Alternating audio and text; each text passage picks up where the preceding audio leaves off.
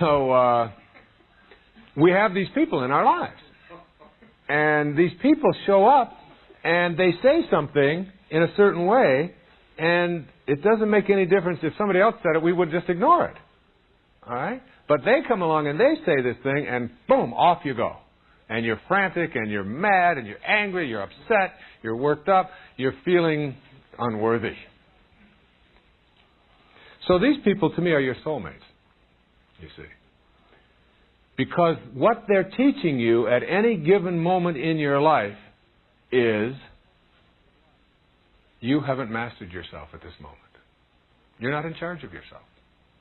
Those people who can push your buttons and send you into a frenzy or into an angry space or into a space of self-repudiation are people who are divine masters disguised as manipulative, crass, unconcerned people. And rather than being mad at them and being upset with them and saying that they shouldn't be this way, your task ought to be to turn to them and bow and say, I honor you as my teacher. Now that's a hard thing for us to get to, but don't you all have people in your life who are just like that? And you know you're stuck with them. These are people who are not on your path. You know they're not on your path. They're not even on an entrance ramp to your path. They're in a different place. They're from a different planet. But nevertheless, they're there with you. And you're sharing the journey with them. And it's very interesting. I mean, I have 8 children. And my children are the ones that are very good at knowing how to push these buttons. I have one daughter particularly, her name is Serena, that can really do this very well. She's real good at it. She's always giving me advice almost every day on how to be a better parent. She even said to me one time, she said, I can't believe you actually wrote a book on how to be a better parent. I just can't believe that. She was about 9 years old telling me this. You really wrote that? And whenever she gives me this advice, it's like, or she starts going into one of her routines, I find myself, really being challenged. I don't usually turn around and say, I honor you for, I'm usually saying, well, But nevertheless, there's a part of me that recognizes this, and I also recognize it in my relationship with my wife. And we've been together for a long time, and there are areas where she will say something, and I will find myself, and then I'll stop. You see, because essentially, the ego part of us wants us to be right, whereas the higher part of us always wants what?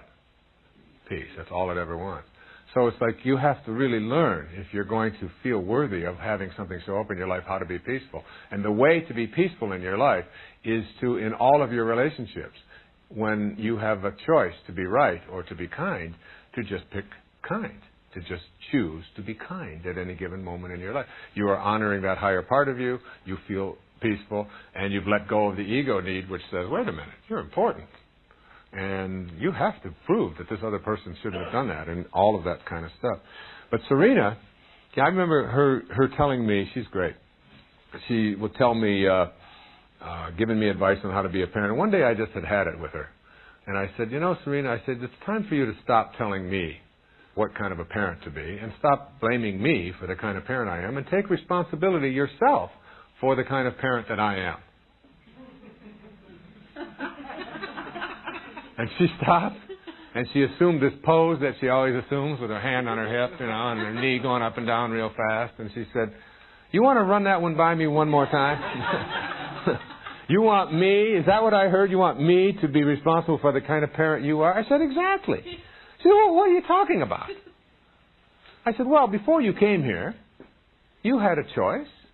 You have certain heroic missions that you have to fulfill while you're here on this planet. And I'm giving her this little lecture. She said, well, what do you mean before I came here? She said, I don't remember that.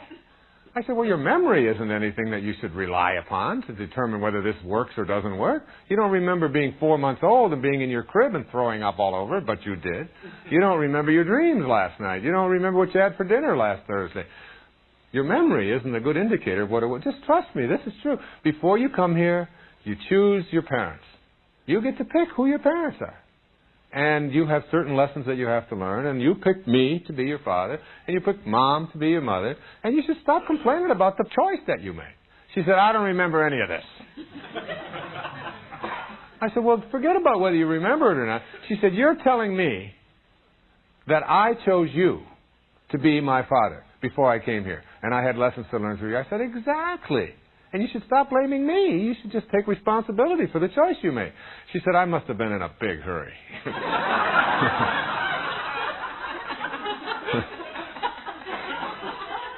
So, these are your tests, all right? I'll tell you the greatest one, though. I mean, my wife had gone away. She's working on a book herself on a spiritual approach to childbirth and infancy care.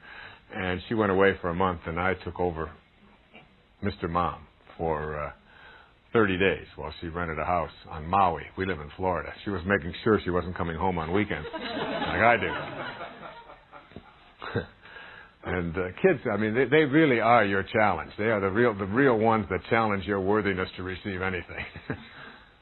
And I was making breakfast one morning, and they were all sitting over at the table, and I was making waffles.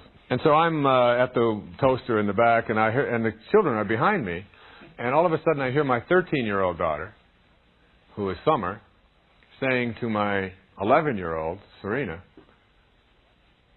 she asked this question out of the blue. She said, Serena, she said, if you didn't have any feet, would you wear shoes? And I turned around and, what in the world? What kind of a question is that? And Serena looked at her and said, what do you mean if I didn't have any feet, would I wear shoes? She said, of course not. And Summer said to her, well, why are you wearing that bra?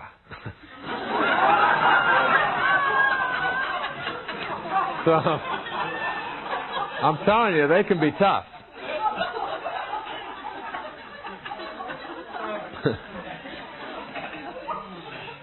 So what I would like you to think about when you think about honoring your worthiness to receive anything is that all of the people in your life that you find yourself in conflict with or having a difficult time with, whether they're strangers or spouses or children or grandparents or in-laws or even people who are no longer here on this earth plane, if you can say to yourself, when I have this choice at any given moment to be right or to be kind, and I'm going to let my ego get out of this thing, and I'm going to choose to be at peace, as it says in the Course in Miracles, I can choose peace rather than this at any given moment. And then when you find yourself in these relationships with contentious people, and you find yourself being able to be at peace when they push those buttons, you'll know that the reason that they showed up in your life in the first place is to teach you to honor your own worthiness. That's why you're with them. That's what they're there for. These are teachers, just like you are teachers to others. And you can let go of that ego-driven need to constantly be proving yourself and to make yourself right, and to make more than making yourself right, to make them wrong, which is what we often do in this whole business of not honoring that. And it's like my wife and I made that agreement with each other, that we would really work on it, because when you're in a long-term relationship and you've had a lot of children and you're together a lot, there are areas where she's on one path and I'm on another path, and she will say something and I'll find myself upset about it. I'll say something, she'll find herself upset about it. Very often, I didn't even mean to do that. That wasn't my intention to upset her, but she just grabs a hold of it and takes it a certain way, or I will grab a hold of what she says and I'll twist it around inside and make something that will take me away from my peace. And we decided to make a commitment with each other to be more kind in our responses. And not only to do it with each other, and if we feel like we have to say something that puts them down or whatever, to just don't say anything. To just process it in a different way. And then to not only do it with them, but to do it with waitresses and stewardesses and baggage handlers and people on the freeway and, strangers that you meet, to begin to send out and radiate out this kind of peace. And if you want to model for that, of course, the great model for that are the spiritual masters. When Jesus Christ was being crucified and a soldier threw a spear into him, his response was forgive them, because that's what came out was what was inside. So if you have that inside, you begin to shift to a more peaceful way of being.